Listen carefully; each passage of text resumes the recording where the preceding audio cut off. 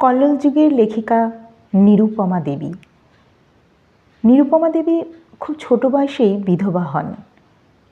স্কুলের শিক্ষা তিনি পাননি, কিন্তু মায়ের অনুপ্রেরণায় বাড়িতেই তিনি পড়াশোনা করেছিলেন। পরবর্তীকালে কথাসাহিত্যিক শরৎচন্দ্র চট্টোপাধ্যায়ের অনুপ্রেরণায় সাহিত্য চর্চাও শুরু করেন। এই শরৎচন্দ্রের হাতে লেখা পত্রিকাতেই নিরুপমা দেবীর প্রথম উপন্যাস ছাপা হয়। সেই পথ চলা শুরু। তারপরে বহু গল্প উপন্যাস ছাপা হয়েছে প্রবাসী পত্রিকাতে। এরপরে তার বহু গল্প উপন্যাস নিয়ে চলচ্চিত্রও করা হয়েছে। তার দিদি উপন্যাসটিকে মনে করা হয় তার অন্যতম শ্রেষ্ঠ উপন্যাস।